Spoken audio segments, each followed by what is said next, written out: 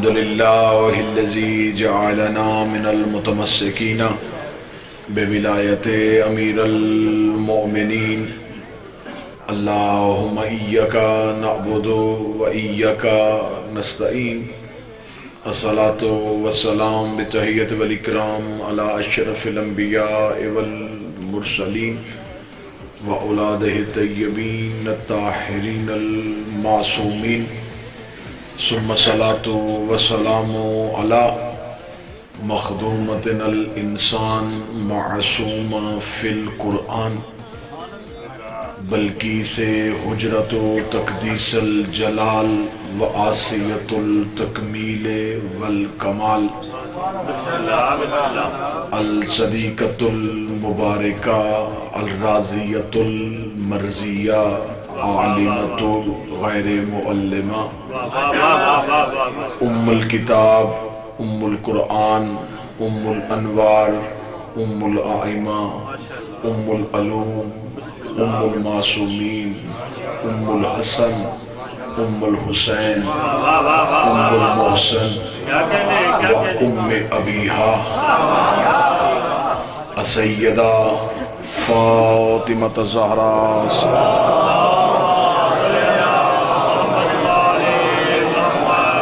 و اولادہ المعصومین حجج اللہ، ولعن اللہ تعالی علی اعدائہم اجمعین. اما بعد فقد قال حق سبحانہ تعالی فی کتابہ المجید و فرقان الحمید. بسم اللہ الرحمن الرحیم. ان اللہ و ملائکتہ یصلون علی النبی یا ایہا الذین آمنوا صلوا علیہ وسلموا تسلیما.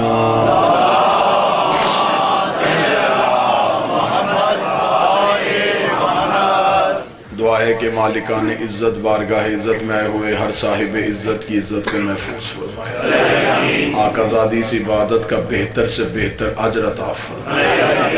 شہزادی اس پرسے کو اپنی بارگاہ میں قبول و منظور فرمائے. مادر حسنین شہزادی کونین ہمارا شمار آخری سانس تک بی بی کے طرفداروں میں اور امیر المومنین کی ولایت کے پیروکاروں میں سے رکھے.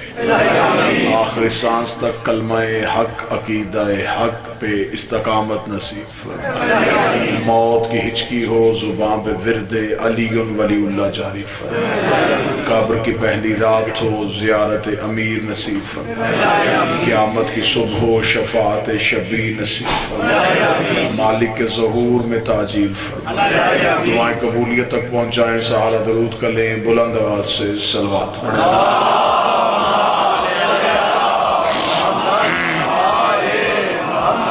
اجازت ہے ذکر شروع. میں نے آپ کے سامنے اللہ کے قرآن سے سورہ مبارکہ الاحزاب سے وہ شہر آفاق آیت پڑھی ہے جو ہر مسلمان گھر کے بچے کو یاد ہے. اس آیت کو آیا صلوات بھی کہتے ہیں، اس آیت کو آیا درود بھی کہتے ہیں، جس میں خدا وہ عمل بتا رہا ہے جو خالق خود بھی کرتا ہے اور مخلوق کو بھی کہہ رہا ہے. مجھے جی بسم اللہ، جی بسم اللہ، مجھے اس کی بسم اللہ جی مجھے اس آیت کے وہ زاویے آپ کے سامنے نہیں پڑھنے جو آپ پہلے جانتے ہیں. مجھے اس آیت کا وہ فلسفہ آپ کے سامنے پڑھنا ہے کہ اس آیت کے فلسفے سے میں جناب سیدہ کا مقدمہ پڑھنا چاہتا ہوں. ہر گھر میں پڑھی جانے والی آیت ہے اور اللہ بار بار اس آیت کو پڑھوا رہا ہے. مؤذن اذان دینے سے پہلے اس آیت کو پڑھتا ہے. خطبہ دینے سے پہلے عالم دین مصلی پہ اس آیت کو پڑھتا ہے. اللہ بار بار اس آیت میں منوا کیا رہا؟ ان اللہ و ملائکتہ، بے شک اللہ اور اس کے فرشتے یصلون علی النبی، صلوات پڑھتے ہیں، صلو کرتے ہیں یا درود پڑھتے ہیں نبی پر. یا ایھا الذین آمنوا، اے صاحبان ایمان، صلو تم بھی پڑھو، وسلموا پھر انہیں قبول کرو، پھر ان کو تسلیم کرو، اور ایسے تسلیم کرو جیسے تسلیم کرنے کا حق ہے.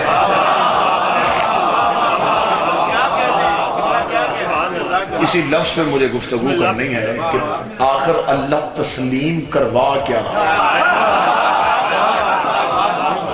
یہ بھی نہیں کہہ رہا کہ صرف تسلیم کرو، نہیں، ایسے تسلیم کرو جیسے تسلیم کرنے کا حق ہے۔ دو لفظ ہیں صاحبان علم و معرفت، ایک ہے لفظ تحقیق، ایک ہے تسلیم۔ تحقیق ہوتی ہے ہر اس کی بات پہ جو غیر معصوم ہو،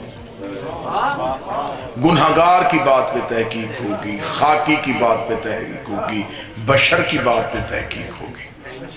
کوئی کہے کہ میں نے یہ سنا، تحقیق کرو، کہاں سے سنا؟ تحقیق ہے غیر معصوم کی بات پہ، لیکن جب معصوم بات کرے تو پھر تحقیق نہیں ہوگی۔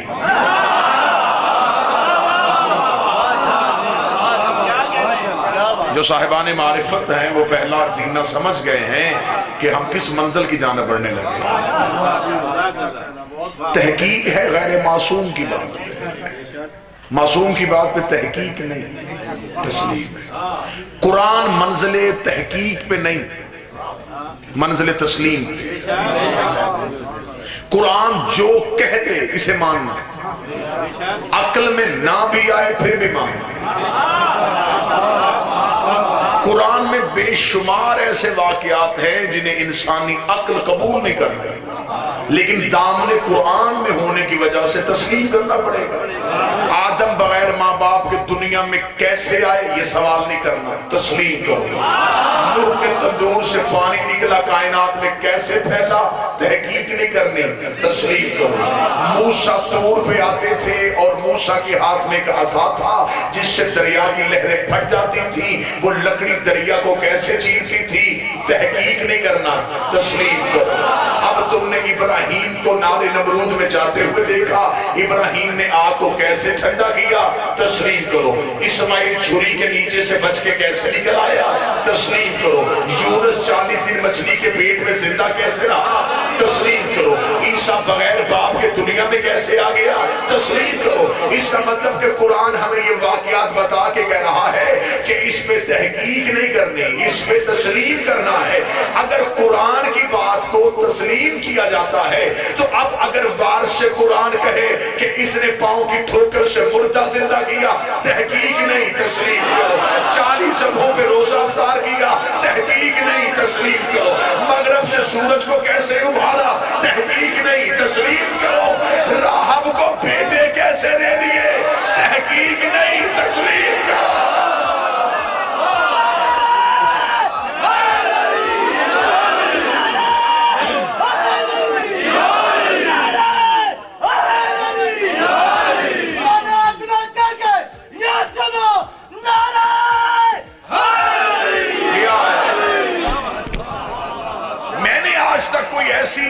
کسی بڑی سے بڑے انسٹیٹیوٹ میں، کسی تحقیقی ادارے میں نے کوئی ایسی تحقیق نہیں دیکھی کہ اہل علم سر جوڑ کے بیٹھے ہو کہ آئیں قرآن پہ تحقیق کریں۔ اگر کلام پہ تحقیق نہیں ہو رہی تو پھر امام پہ تحقیق کیسے ہو؟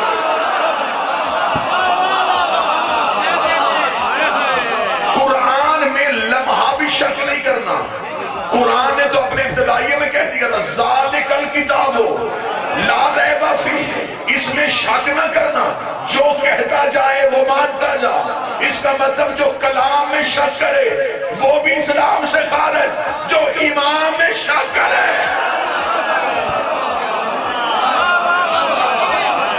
چلے اگر صاحبان معرفت بیدار ہو گئے ہیں تو اگلا جملہ بھی آپ ہی کی سماعتوں کا حق بنتا ہے۔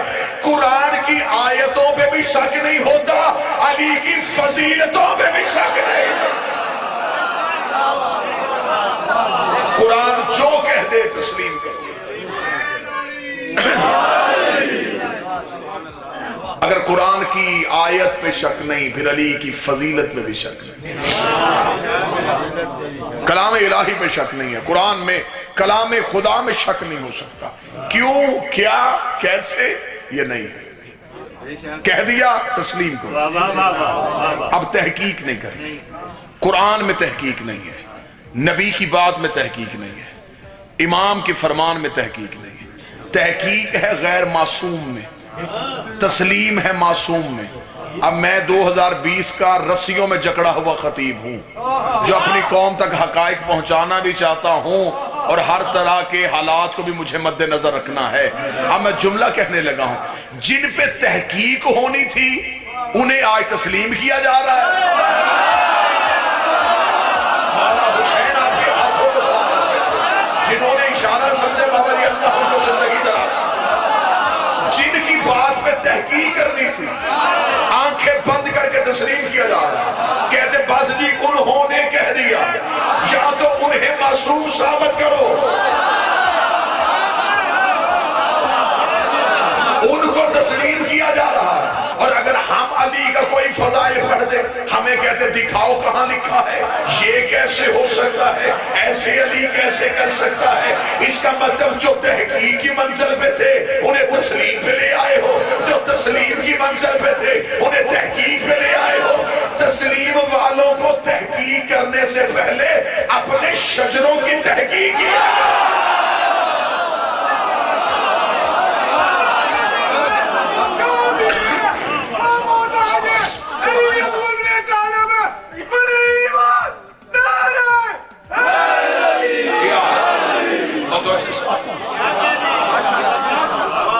اس لیے تو قرآن نے زندہ معجزہ کر دیا۔ قرآن نے کہا اچھا، قرآن نے کہا اچھا تمہیں شک ہے، اس دور میں بھی لوگوں نے کہا تھا یہ من اللہ نہیں، یہ من المحمد ہے، یہ اللہ کی طرف سے نہیں آیا، یہ رسول کا لکھا ہے۔ قرآن نے کہا میرا محمد ہٹ جا، اب الزام تجھ پہ نہیں آیا، الزام آ گیا ہے میرے کلام پہ۔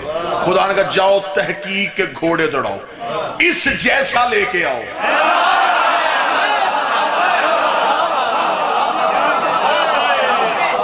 اس جیسا ہے تو لے آؤ، جاؤ سر جوڑ کے بیٹھو، دوڑاؤ تحقیق کے گھوڑے، اس جیسی آیت لے کے آؤ، اس جیسی صورت لے کے آؤ، ایسا تکلم لے کے آؤ، ایسا گفتگو کا طریقہ لے کے آؤ، ایسے لفظوں کی ترتیب لے کے آؤ۔ بندے چپ ہو گئے کہ قرآن کا مقابلہ نہیں ہو سکتا۔ پھر نبی نے جب علی دکھایا بندوں نے کہا چچا زاد بھائی سمجھ کے اسے دکھا دیا ہے۔ نبی نے فرمایا تو پھر ایسے کر لیتے ہیں، اس جیسا تم بھی کوئی لے کے آؤ۔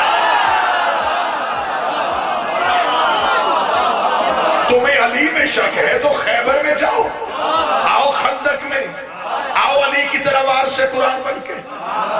اگر کلام جیسا کلام نہیں آیا تو امام جیسا امام بھی نہیں آیا۔ امام میں منزل تسلیم پہ کہہ دیا کہہ دیا، اب اسے تسلیم کرنا ہے۔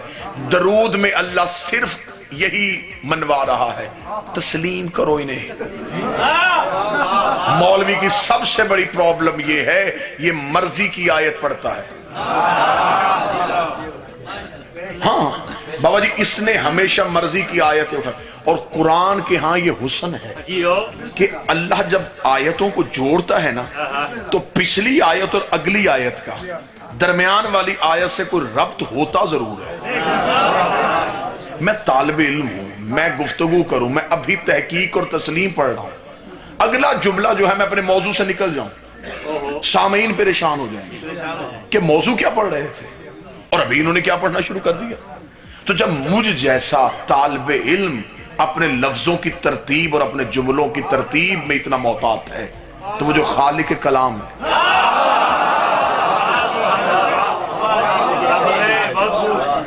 اب یہ جو آیت ہے نا، آیہ درود ہے جس میں خدا ان اللہ و ملائکہ سورہ احزاب کی ہے، اس کی جو بالکل اگلی آیت ہے وہ اس آیت کے ساتھ ربط رکھتی ہے۔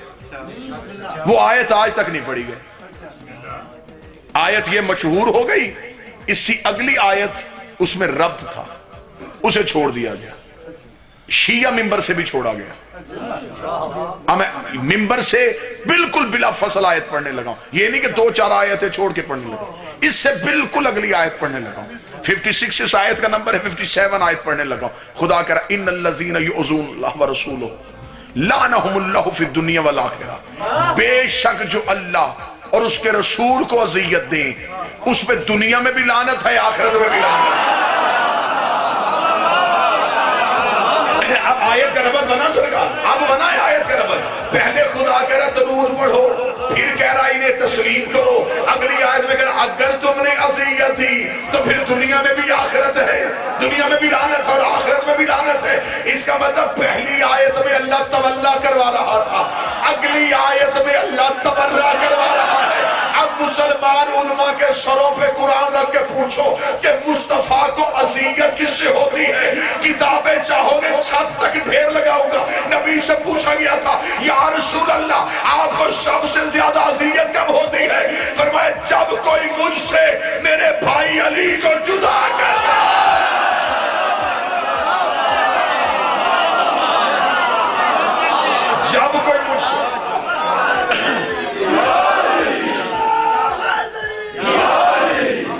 جب کوئی مجھ سے میرے بھائی علی کو جدا کر پھر مجھے تکلیف ہو۔ اس کا مطلب جو محمد رسول اللہ تک رکا اس نے مصطفیٰ کو اذیت دی، جس نے علی ولی اللہ پڑھا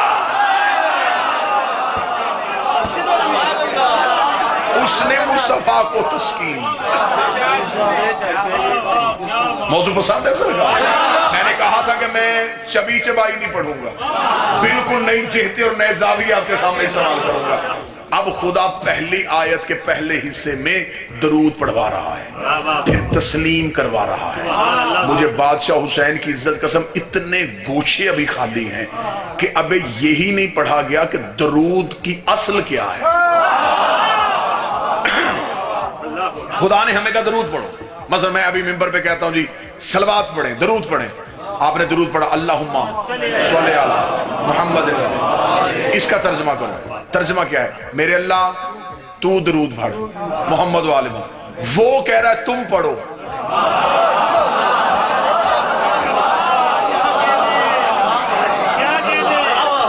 ہم کہہ رہے تو پڑھ، تو وہ ہے کیا؟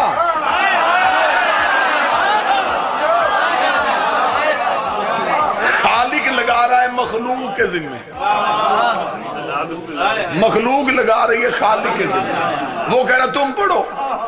آگے سے ہمیں پڑھنے کی بجائے ہم نے کہا اللہم صلی علی، تو پڑھ۔ تو ابھی تو فلسفہ درود ہی نہیں پڑھا گیا کہ اصل میں درود کا فلسفہ کیا ہے، خدا ہم سے پڑھوانا کیا چاہ رہا ہے۔ اچھا بندوں نے درود کی چار دیواری اتنی وسیع کر لی کہ مرضی کے لوگوں کو شامل کر ایسا ہے، چار دیواری وسیع کر دی، کیوں؟ اس سے بھی درود میں لانا ہے، اس سے بھی درود میں لانا ہے۔ اچھا درود کے ہاں کتنا معجزہ ہے کہ جو درود میں لوگوں کو شامل کرنا چاہتے تھے، اس نے اذان سے پہلے جب درود پڑھا تو اس نے درود میں مرضی شامل کی، اس نے کہہ دیا وَعَلَى فلاں وَعَلَى فلاں وَعَلَى فلاں، میں نام نہیں لے رہا، میں اشارے لے رہا ہوں، اور اشارہ سمجھنے والی آپ سے بہتر قوم اللہ نے خلق ہی نہیں کی۔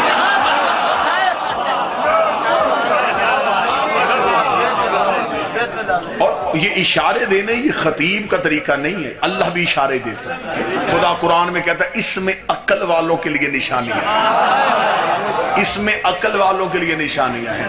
اس کی تفسیر میں امام صادق سے پوچھا کہ ایک بندے نے مولا یہ جو خدا بار بار کہتا ہے اس میں عقل والوں کے لیے نشانیاں ہیں، یہ کون سے لوگوں کو اللہ مخاطب کر رہا ہے؟ امام نے فرمایا عقل سے مراد ہے ہمارا دادا علی، خدا کر اس میں علی والوں کے لیے نشانیاں ہیں۔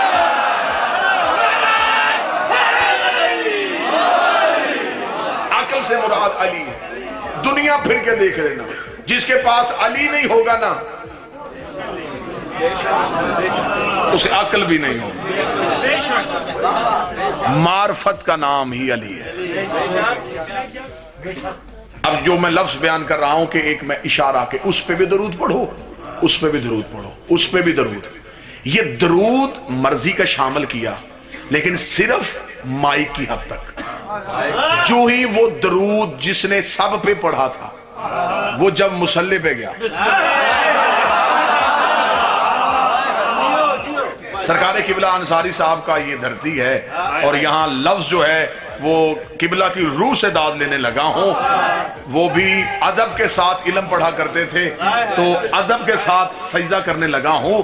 جس نے مائک پہ کھڑے ہو کے اذان سے پہلے سب پہ درود بھیجا تھا، جب وہ مصلی پہ آیا درود سمٹ کے صرف حویلی زہرا میں آ گیا. اچھا مائک میں اس نے کہا تھا اس پہ بھی درود، اس پہ بھی درود، اس پہ بھی درود. اگر تجھ میں ضرورت ہے تو نماز میں پڑھ کے دکھا. نماز میں اللہ سے کہا ان پہ بھی پڑھ، ان پہ بھی پڑھ، ان پہ